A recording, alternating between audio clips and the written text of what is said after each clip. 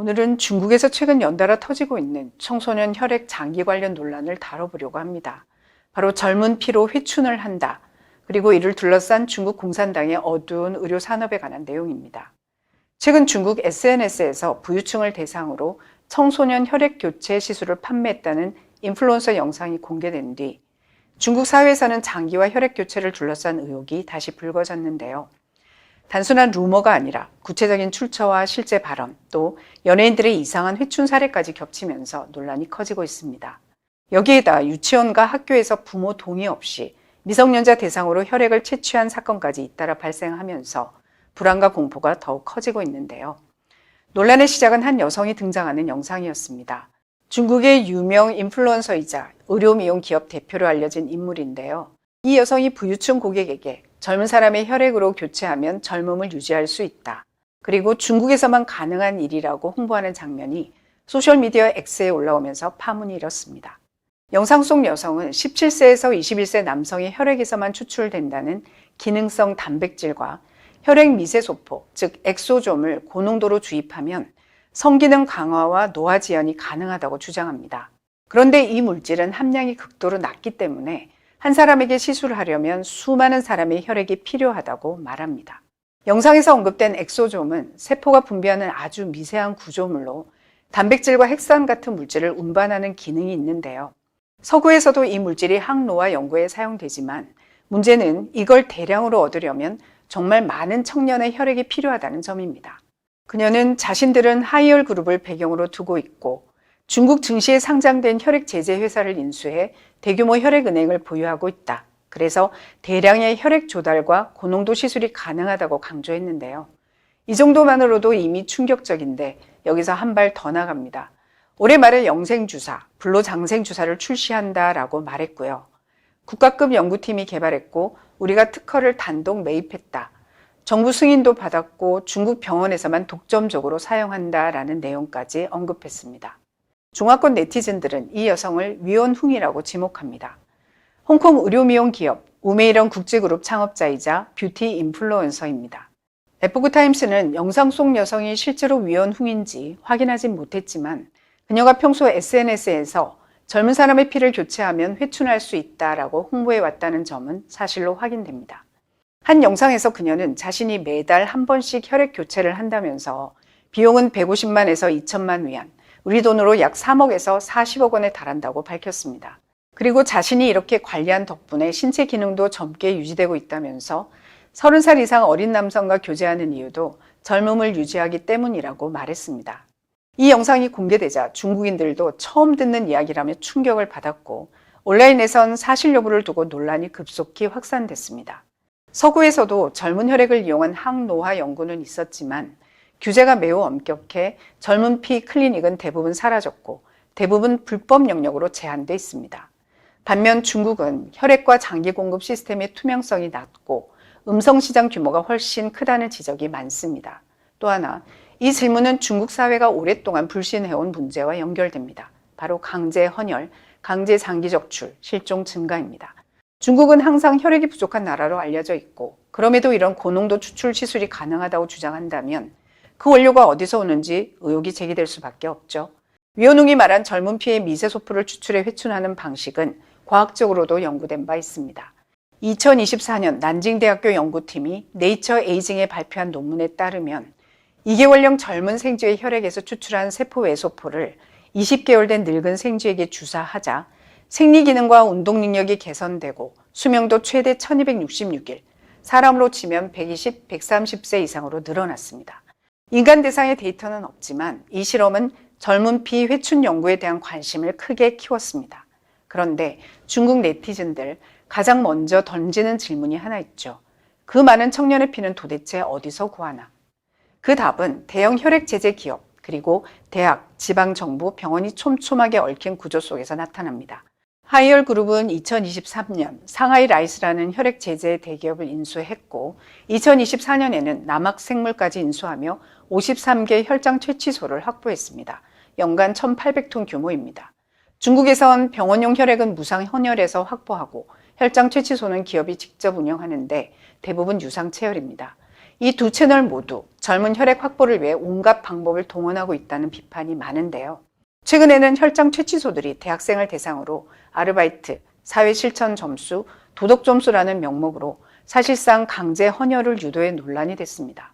올해 8월 장시성에서 아르바이트생으로 모집된 여대생이 전담 배포를 하러 갔다가 첫날 580ml 혈액을 강제로 뽑히고 300위안을 받은 사건이 있었는데요. 혈장 수집소가 대학생을 대상으로 아르바이트 모집 광고를 내고 사실상 혈액을 모으고 있었다는 점에서 충격을 준 사건입니다. 중국 다수 대학에선 지난 10여 년간 자발적이라는 명목 아래 사실상 강제 집단 헌혈이 이루어졌는데요. 자발적이라고 하지만 실제로는 헌혈하지 않으면 졸업증 발급을 거부한 사례도 있었고 신입생 군사훈련 기간에 단체 헌혈을 강제로 진행했다는 내부 고발도 나왔습니다. 2023-2024년 웨이보에서는 대학 강제 헌혈 해시태그 조회수가 수억 회에 달했습니다. 이렇게 확보된 젊은 혈액은 엑소좀 형태로 정제돼 회당 최대 40억 원의 고가 시술로 이어집니다. 문제는 이 시술이 한 번이 아니라 매달 지속적으로 이루어져야 한다는 겁니다. 다시 말하면 청년 혈액에서 추출한 미세소포를 고농도로 이용하는 이른바 회춘시술 산업이 권력층과 부유층의 수요를 충족하기 위해선 혈액을 계속 대량으로 확보해야 한다는 뜻입니다. 이런 상황 속에서 실종자 증가와 장기 적출 의혹이 다시 떠오르고 있는데요. 중국 SNS에서는 최근 몇 달 사이 실종자가 급증했다는 통계가 공유되고 실종된 청년들이 장기나 혈액 공급원으로 이용되는 것 아니냐라는 의혹이 확산되고 있습니다. 10월엔 22일 동안 100여 명, 11월엔 10일 동안 57명이 실종됐다는 게시물도 퍼졌고요. 중국 공산당은 오래전부터 국민을 인간 광산처럼 다뤄 장기 혈액 등을 고위층 생명 연장 자원으로 이용해 왔다는 비판도 계속 제기되고 있죠. 실제로 젊은 피 수혈은 중국 공산당 고위층에서 오랫동안 회춘 장수 수단으로 이용됐다는 증언이 있습니다. 마오쩌둥의 주치의였던 리즈수이는 회고록에서 문화대혁명 당시 중국군 고위층이 젊은 병사의 피를 수혈받았다고 기록했습니다. 장쩌민이 수십 명의 젊은 남성을 거느리며 혈액 교체를 했다는 폭로도 꾸준히 제기됐고요. 미국의 중국 전문가들은 중공 고위층은 1960년대부터 젊은 피 수혈을 통해 장수를 추구했고 1980년대부터는 장기 이식으로 방식이 바뀌었다고 주장합니다. 지난 9월 시진핑이 열병식 도중 푸틴과 나눈 대화에서 장기 교체를 반복하면 불로장생도 가능하다. 이 세기 안에 150세까지 살 수 있다라는 발언이 노출되며 이러한 의혹은 더 확산됐죠. 더구나 이 문제는 중국의 인권 문제와 겹쳐 논란을 키웠습니다. 국제인권단체들은 소수민족과 파룬궁 수련자들이 감옥에서 장기가 적출되고 있다고 오랫동안 지적해왔습니다. 또한 장기 매매 산업망이 정권 차원에서 조직적으로 운영된다는 의혹도 꾸준히 나왔죠. 이번에 공개된 영상 이후 온라인에선 일부 유명 연예인들의 최근 회춘 모습도 재조명됐습니다. 왕년의 액션 스타였던 이영걸은 한때 사망설이 나돌 정도로 거동조차 어려웠지만 최근에는 상의를 벗고 건재한 모습을 보였고 76세인 홍금보는 더 이상 휠체어를 타지 않게 됐죠. 다른 연예인들도 나이에 비해 지나치게 젊어 보인다는 이유로 젊은 남성 혈액에 미세소포를 주입한 것 아니냐라는 의혹이 제기됐습니다. 이런 분위기 속에서 최근 중국에서는 부모 동의 없는 어린이 체혈 사건이 잇따라 발생했습니다. 가장 최근 사례는 산시성 민청의 한 유치원에서 벌어졌는데요.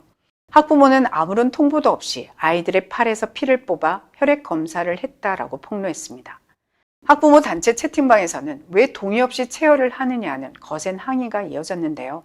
논란이 확대되자 교육국은 보건당국의 통지를 받고 건강검진 차원에서 시행했다며 담임교사가 부모에게 통지하지 못했다고 해명했습니다.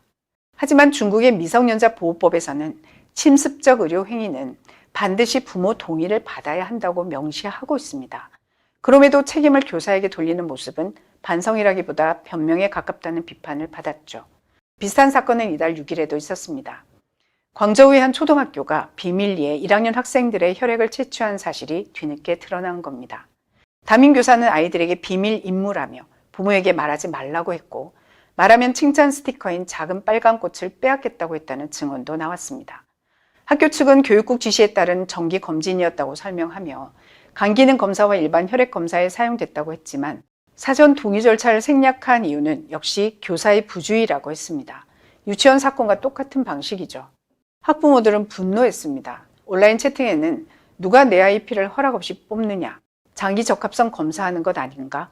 내 아이를 체혈하는 사람은 가만두지 않겠다는 과격한 반응까지 등장했습니다.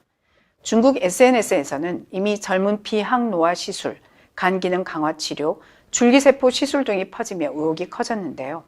그래서 학부모들은 단순한 건강검진이 아니라 생체 정보를 수집하는 것 아니냐, 어린이 혈액을 미리 확보하려는 것 아닌가, 장기이식 실험과 연관된 것 아니냐라는 의심을 갖게 된 겁니다. 이런 불신은 단순한 개인 감정이 아니라 지난 수십 년 동안 중국에서 반복된 혈액 장기 관련 스캔들 때문인데요. 이 모든 상황을 종합하면 중국 사회에서 젊은 피, 젊은 장기에 대한 수요 증가, 혈액 공급 시스템의 불투명성, 반복되는 강제 헌혈, 무단 체혈, 그리고 중국 공산당 고위층의 장기 수명 관련 발언 등이 서로 연결되며 사람들의 불안과 의혹을 키우고 있는 현실입니다. 지금 드러나는 사건들은 그 일부일 뿐일지도 모릅니다. 중국에서는 혈액과 장기 관련 산업이 어떻게 운영되는지 공식적으로 투명하게 확인할 수 없기 때문에 오히려 의혹은 더 크게 번지는 상황인데요. 오늘은 중국에서 벌어지고 있는 젊은 피 회춘 시술 논란, 그리고 그 배경에 있는 혈액 장기 공급 체계의 문제, 나아가 실제로 발생한 유치원, 초등학교 무단 체혈 사건까지 살펴봤습니다.